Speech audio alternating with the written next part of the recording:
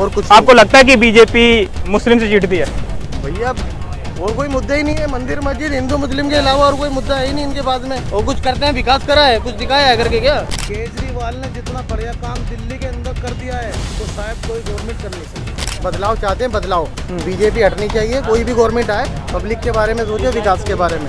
Government कभी ध्यान नहीं देती है, किसी चीज़ पे नहीं ध्यान देती है, चुप्पी साध रखी है हर चीज़ में। तो मोदी सरकार आई है, उस समय से हम देख सकते हैं कि युवा जो है उनकी जो भर्ती निकलती है वो बहुत कम कर दी गई है। ये छोटी सरकार है, उनका अब तक कुछ नहीं आने वाला। और ये 400 पार का नारा लगा रहे हैं ना, ये 150 पार भी ना होगा। लेकिन जो काम करने आए थे वो भूल गए, खाली वो इस सत्ता पे काबिज रहना चाहते हैं। उनका ये इसलिए हमने इस बार उनको वोट नहीं। नुकसान होगा, दिल्ली की जनता जेल का जवाब वोट से देगी। नमस्कार। देश में लोकसभा चुनाव का माहौल है और इस वक्त हम दिल्ली में हैं। पीछे आपको लाल किला दिख रहा होगा और प्रसिद्ध सीट चांदनी चौक पे हम हैं। दिल्ली में 7 लोकसभा सीट है, जिसमें से इस टाइम पे सबसे ज्यादा चर्चित सीट है पूर्वी दिल्ली, क्योंकि वहां पर पहले से रिंकिया के पापा के नाम से मशहूर मनोज तिवारी भारतीय जनता पार्टी से चुने गए। लेकिन इस बार टक्कर में कांग्रेस ने कन्हैया कुमार, दोनों ही बिहार के लल्ला हैं, उसको उतार दिया है। बेगूसराय से कन्हैया कुमार आते हैं और पहले भी आपने देखा होगा कि न्यूज पे छाते रहते हैं, उनका बयान जो है चलता रहता है। तो इस टाइम टक्कर जो है, चर्चा जो है दिल्ली में, वो है पूर्वी दिल्ली का। तो हम सिर्फ दिल्ली के चांदनी चौक इलाके का माहौल नहीं जानेंगे, पूरे दिल्ली के लोग क्या सोचते हैं दिल्ली के बारे में और इस टाइम देश में लोकसभा चुनाव का माहौल क्या है वो जानने के लिए चेतना मंच की टीम दिल्ली आई है। तो हम आपको दिखाएंगे कि दिल्ली के लोग लोकसभा चुनाव में जब वोट देने जाएंगे तो किन मुद्दों पे वोट होगा। आपको बता दें कि 25 मई को 7 लोकसभा सीट पर दिल्ली में वोट होना है। उससे पहले हम यहाँ पर आए हैं और माहौल जानने का पूरा प्रयास करेंगे। जो भी लोग मिलेंगे, जैसे युवा मिले तो युवा से बात कर लिया, महिला मिले तो महिला से बात कर लिया, और अगर पुरुष मिले तो पुरुष से बात कर लिया, कोई रिक्शे वाले मिले तो उनसे बात कर लिया, ऑटो वाले मिले तो उनसे बात कर लिया, बस वाले मिले तो उनसे बात कर लिया। कुल मिलाकर के माहौल जानने की कोशिश करेंगे कि 2024 का लोकसभा चुनाव क्या 5 किलो राशन पे होगा, एजुकेशन पे होगा, स्वास्थ्य पे होगा, संविधान पे होगा, इंडिया या फिर एनडीए गठबंधन, क्या है जनता के मूड में, ये जानने के लिए आए हैं। अभी तो हम लाल किला में हैं, लेकिन घूम करके पूरा शूट करेंगे। क्या नाम है जी? रफीक जी, बताइए लोकसभा चुनाव का माहौल है, क्या सोचते हैं आप लोग, क्या माहौल है देश में? क्योंकि एक तरफ इंडिया गठबंधन के लोग स्टार्ट है ना, क्योंकि एक तरफ इंडिया गठबंधन के लोग, विपक्षी पार्टी ये कह रही है कि संविधान को बचाना है, क्योंकि भारतीय जनता पार्टी संविधान को कुचलने का काम कर रही है। एक बार और जीत गई तो संविधान बदल देंगे। आप लोग क्या सोचते हैं? इस चीज में हम ध्यान देते नहीं ध्यान देते हैं। क्या करते हैं आप? भैया हमारा काम है, अपना मजदूरी है। मजदूरी का काम करते हैं। कहाँ रहते हैं? बल्लीमार में। यहाँ क्या करने आए हैं? घूमने के लिए आए हैं। कब से रह रहे हैं दिल्ली में? हो गया 40 साल। यहाँ पर हिंदू मुस्लिम वाला बात तो नहीं है, क्योंकि राजनीतिक पार्टी मंच से तो खूब हिंदू मुस्लिम कर रही है इन दिनों। कोई कह रहा है गहना दे करके मुसलमान को दे देंगे। नहीं है। आप लोग सुरक्षित महसूस करते हैं ना दिल्ली में? हमारा बज रहा है, कोई दिक्कत नहीं, आपका नहीं बज रहा। क्या नाम है आपका? बताइए। सब ठीक है। कौन आना चाहिए 2024 में? हम लोग जो जीतेगा वही, जो जीतेगा बस। हम लोग मदरसा जीतेगा, लेकिन वोट किसको देना है महाराज? हम लोग मदरसा मस्जिद से मतलब नमाज पढ़ने का मतलब बस नमाज पढ़ने का मतलब है। इससे हम मतलब वोटर आईडी बना आपका? बन गया। तो देने जाते हैं वोट आप? जाते हैं। तो किसको चुनना चाहिए आपके हिसाब से? कौन बढ़िया काम कर रहा है आपके लोगों के लिए, आपके कौम के लिए? कौन बढ़िया है? आपकी बार तो राहुल गांधी आना चाहिए। राहुल गांधी आना चाहिए। क्यों आने चाहिए राहुल गांधी? क्या अच्छा लगता है राहुल गांधी में आपको? देखिए ये है कि राहुल गांधी आना चाहिए कि जो राहुल गांधी ये थोड़ा पढ़ा लिखा भी है, समझदार भी है। समझदार है राहुल गांधी। प्रधानमंत्री मोदी समझदार नहीं लगते आपको? समझदार है, वो भी समझदार है। ये हाँ। समझदार है। मतलब आप लोगों को लगता है कि राहुल गांधी आएंगे तो आपके लिए ज्यादा काम कर पाएंगे? सरकार बदलना भी चाहिए। हाँ, बदलना चाहिए, उसको भी मौका। राहुल गांधी को मौका देना चाहिए। आपको भी लगता है राहुल गांधी को मौका दे? राहुल गांधी को क्यों मौका देना चाहिए? सरकार थोड़ा बदलना भी चाहिए, बदलने से सही रहेगा माहौल। बदलना चाहिए। लोग कहते हैं राहुल गांधी सही से बोल नहीं पाते, देश क्या चलाएंगे?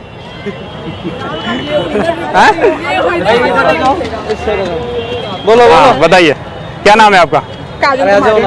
काजल कुमारी जी, बताइए लोकसभा चुनाव हम लोग कवर कर रहे हैं, जगह जगह जाते हैं, लोगों से बात करते हैं। आज आप मिल गए लाल किला पे, क्या लग रहा है चुनाव का माहौल? युवा जो लड़कियां हैं नई नई, वो क्या सोचती हैं? सुरक्षा मिल रहा है भारतीय जनता पार्टी में या फिर खाली जुमलेबाजी है? बहुत कुछ है, मोदी जी आएंगे, डेवलप हुआ है, डेवलप हुआ है। यस। आप एजुकेशन सिस्टम पे देख लीजिए, आप बहुत जगह देख लीजिए, दिल्ली के अंदर जाइए, मेट्रो आई है, मेट्रो के स्टेशन वगैरह डेवलप किए गए हैं, हवाई अड्डा खोला गया है, काफ़ी चीज़ें डेवलप हुई है। कहाँ पे हवाई अड्डा खुला है? जगह बताओ ब्रो, मैं भूल रही हूँ वैसे, ऑलमोस्ट खोला गया है। क्या लगता है आपको भारतीय जनता पार्टी बढ़िया डेवलपमेंट अच्छी हो रही है ना सर, ये तो देखिए आप। डेवलपमेंट में क्या हवाई अड्डा कहाँ बना गिनवा ही नहीं पा रहे हैं आप?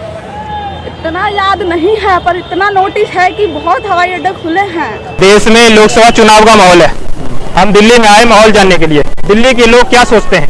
दिल्ली के लोग कुछ नहीं कमा रहे, खा रहे, अपनी मेहनत कर रहे, क्या सोचें। बाकी तो जो है हमें राजनीति में मतलब नहीं, हमें तो कमा के खाना है भाई। तो दिल्ली में किन मुद्दों पे वोटिंग होगी?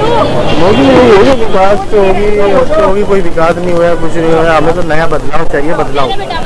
किस टाइप का बदलाव चाहिए आपको? बदलाव ये चाहिए कि अपने को रोजगार मिले, लोगों को खाने पीने के लिए सब चीज़ मिले, गरीब आदमी परेशान हो रहा है, सब चीज़ विकास मिले। हमें कुछ चीज़ों में नहीं पड़ना, मंदिर मस्जिद हिंदू मुस्लिम इन चीज़ों को कोई लेना देना नहीं होता। विकास पे बात करो, पढ़ाई पे बात करो, बच्चों की शिक्षा पे बात करो, स्वास्थ्य पे बात करो, तो कुछ नहीं। तो हम चाहते हैं बदलाव, कोई ऐसी सरकार आए जो देश को संभाले, उसी तरीके से लाए। आपने हिंदू मुस्लिम की बात की, प्रधानमंत्री मोदी जब मंच से ये कहते हैं कि कांग्रेस की सरकार आएगी या फिर विपक्षी इंडिया गठबंधन की सरकार आएगी तो गहने नोच करके जो है महिलाओं के बांट देंगे, तो मुस्लिम समाज जब ये देखता है, अपने प्रधानमंत्री से जब ऐसी बातें सुनता है, तो क्या सोचता है? कुछ नहीं, प्रधानमंत्री सब बेकार आदमी, कुछ नहीं हो रहा, अभी कुछ विकास नहीं हुआ, लोग बाग परेशान हाल है। बदलाव चाहते हैं, बदलाव। बीजेपी हटनी चाहिए, कोई भी गवर्नमेंट आए, पब्लिक के बारे में सोचे, विकास के बारे में, और कुछ। आपको लगता है कि बीजेपी मुस्लिम से जीतती है? भैया और कोई मुद्दा ही नहीं है, मंदिर मस्जिद हिंदू मुस्लिम के अलावा और कोई मुद्दा है ही नहीं इनके पास में। और कुछ करते हैं, विकास करा है, कुछ दिखाया है करके। क्या नाम है आपका? मोहित कुमार। बताइए मोहित जी, आपसे ज्यादा उम्मीद है? जी उम्मीद कुछ नहीं रखनी है। देखिए मैं भी आपकी तरह एक मीडिया स्टूडेंट हूँ, हाँ। और मैं भी ये सोचता हूँ कि मैं किसी के पक्ष में ना बोलूँ। जैसे कि पिछले साल की बात करें, पिछले महीने की बात करें, अप्रैल महीने के अंदर पूरा जो टैक्स है वो बेला हुआ, वो इकट्ठा किया गया है 2.1 लाख करोड़। अब क्या सरकार हमें इस चीज़ का जवाब दे सकती है कि ये लगेगा कहाँ, इसका काम कहाँ होगा? इस चीज़ का जवाब अगर वो दे सकती है तो, और जो बढ़िया काम करेगी, सिर्फ वही सरकार आनी चाहिए। आपको नहीं लगता कि पारदर्शिता है इन चीजों में? चीजें निकल के आप लोगों के सामने नहीं आ पा रही है? देखिए कंफ्यूज है युवा जी, कंफ्यूज तो है, क्योंकि सरकार पूरा चाहे ये सरकार हो चाहे कोई सी भी सरकार हो, वो कभी भी पूरी तरह से अपना खुलासा नहीं करती है। हाँ। उसके पास फंड आया है वो कहाँ लग रहा है, ये इस चीज़ के बारे में वो कभी किसी को नहीं बताती है। वो हमेशा छुपा के रखती है, और कभी भी ये नहीं सोचती है अपने युवाओं के बारे में। जैसे कि हम जानते हैं कि पिछले जब से मोदी सरकार आई है, मैं उसके खिलाफ नहीं बोल रहा हूँ वैसे, तो मोदी सरकार आई है उस समय से हम देख सकते हैं कि युवा जो है उनकी जो भर्ती निकलती है वो बहुत कम कर दी गई है। बीच में आप देखेंगे कोरोना के टाइम पे भर्तियां बिल्कुल बंद ही कर दी गई थी, उसके बाद भी अगर भर्तियां निकली है बहुत कम निकली हैं। और जैसे कि आप सभी बात कर ही रहे हैं अग्निवीर के बारे में, तो इसके बारे में आपके हिसाब से 10 सालों का डाटा अगर उठा करके युवा देखे, पढ़ना चाहे, तो सरकार से संतुष्टि महसूस होती है? उसके बाद विपक्ष को देखने के बाद लगता है कि सरकार की जो नाकामयाबी है उसके हिसाब से विपक्ष को मौका देना चाहिए? देखिए मैंने जब से होश संभाला है उस टाइम से मोदी सरकार है, क्योंकि मेरी अभी उम्र इतनी हुई नहीं है। ठीक है, क्योंकि मैंने कांग्रेस का भी काम देखा नहीं है। बाकी बीजेपी की अगर बात की जाए तो उसने हालांकि अंतर्राष्ट्रीय लेवल के ऊपर, इंटरनेशनल लेवल के ऊपर अपने संबंध बड़े अच्छे से जमाए हैं। बाकी अगर देखा जाए कि इन लोकेलिटी उसके बहुत से अच्छे काम किए हैं, लेकिन इतना वो नहीं कर पाई कि हर एक गरीब, हर किसी को सहारा दे सके। सिर्फ ये कमी है। जो उसके पास टैक्स वगैरह आ रहा है, जितना भी उसके पास धन आ रहा है, सरकारी कोष में जितना धन जमा हो रहा है, वो कहाँ कहाँ खर्च हो रहा है, कहाँ लग रहा है, क्या लग रहा है, उस सब का बायोडाटा एक बार किसी ना किसी प्रकार से, किसी न किसी रूप से जनता को प्रदर्शित करना चाहिए। आपके हिसाब से 24 में किसको मौका देना चाहिए, मोदी या फिर इंडिया गठबंधन? भाई मैं तो इसके बारे में कुछ कह नहीं सकता, क्योंकि ना तो अभी मेरी वोटर आईडी बनी है और मैं किसी के पास। आप बीजेएमसी के स्टूडेंट हैं, चीजों को पढ़ते हैं, पत्रकार का कार्ड बने ना बने उसको सब कुछ पहले से पता होता है। देखो पहला ही सेमेस्टर है मेरा और मैं जस्ट 12th के बाद ही आया हूँ, तो मुझे इतना वो है नहीं अभी। बाकी देखते हैं 3 साल के अंदर जो होगा वो, उसके बाद देखते हैं। अगर हम भी इस फील्ड में उतरे या फिर कहीं और चले जाएं तो उसका भरोसा नहीं है। बाकी अगर इस फील्ड में उतरे तो हम भी करेंगे अच्छा काम। अब चलिए, ये तो हमेशा ही फील्ड पे हमें महसूस होता है कि जो लोग हैं वो बहुत ज्यादा कंफ्यूज होते हैं कि जो भारतीय जनता पार्टी की नाकामयाबी है उसके हिसाब से विपक्ष को वोट देना चाहिए या नहीं देना चाहिए। अगर आप बहुत ज्यादा ग्राउंड रिपोर्टिंग को देखते होंगे तो आपको ये चीजें महसूस होगी कि लोग बचते हुए नजर आते हैं। भारतीय जनता पार्टी की कमियां गिनवा देंगे, लेकिन जब आप पूछेंगे कि क्या इन कमियों के हिसाब से विपक्ष को मौका देना चाहिए तो थोड़ी सी चुप्पी साध लेते हैं। हाँ जी, लोग डरते हैं। वो डरते हैं साहब, स्पष्ट पारदर्शिता नहीं दिखाते कि अपने देश में क्या हो रहा है। जो होना चाहिए देश के प्रति होना चाहिए, ये नहीं है पार्टी कैसा काम कर रही है। नहीं डरता कोई नहीं है भाई साहब। डरने वाली बात है ये, डरने वाली बात है ये। आपके बताऊंगा। हाँ, डरने वाली बात। क्या लग रहा है आपको, कहाँ डर लग रहा है? डर ऐसे लग रहा है कि हम किसी का क्या नाम लें, उस पार्टी को हम सपोर्ट करें। पार्टी को सपोर्ट ना करिए ना, देशभक्ति को सपोर्ट करिए। देश में क्या चल रहा है, बेरोजगारी की समस्या है, हर चीज़ की समस्या है। आज ये ताज में यहाँ लाल किला है, इसका कोई मेंटेनेंस नहीं है। गवर्नमेंट कभी ध्यान नहीं देती है, किसी चीज़ पे नहीं ध्यान देती है, चुप्पी साध रखी है हर चीज़ में कि जैसे चल रहा है वैसे चलने दो, जाइएगा नहीं आप। हाँ देखो भैया, जैसे भैया कह रहे हैं हाँ, कि डरते हैं, डरता कोई नहीं है। इधर आ जाइए आप। लेकिन क्या है, गवर्नमेंट ने लोगों के अंदर ऐसा डर बिठा रखा है कि वो अपने मन की बात खुल के नहीं बोल सकते।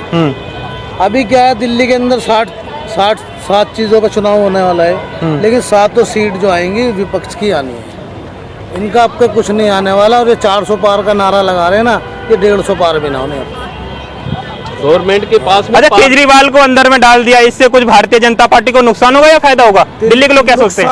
नुकसान होगा। दिल्ली की जनता जेल का जवाब वोट से देगी। सब दिल्ली की जनता चालाक हो गई, होशियार हो गई है, इनके कहने में नहीं आने वाली और ना ही इनके जुमलोबाजी में आने वाली। ये झूठी सरकार है। केजरीवाल ने जितना बढ़िया काम दिल्ली के अंदर कर दिया है, वो शायद कोई गवर्नमेंट कर नहीं सकती। हम लोगों के बीच में जाते हैं तो लोग कहते हैं कि भ्रष्टाचार के खिलाफ आंदोलन कर करके पार्टी बनाया और ये कहा कि ना गाड़ी लेंगे ना बंगला लेंगे, सब कुछ ले लिया। और जो कहता था कभी भ्रष्टाचार नहीं करेंगे, इन लोगों से अलग रहेंगे, वही भ्रष्टाचार के आरोप में सभी मंत्री जेल में। भाई साहब, कुछ प्रूफ अभी तक जो है ना ईडी के पास कोई केजरीवाल के खिलाफ प्रूफ नहीं जमा नहीं कर पाए लोग। उनमें ना ही इनके पास बंगला है, ना ही और उनके मनीष सिसोदिया जी के यहाँ पे भी चेकिंग हुई थी, वहाँ भी कुछ नहीं पाया। 10-5 तोले सोना तो देखो सभी के पास मिलता।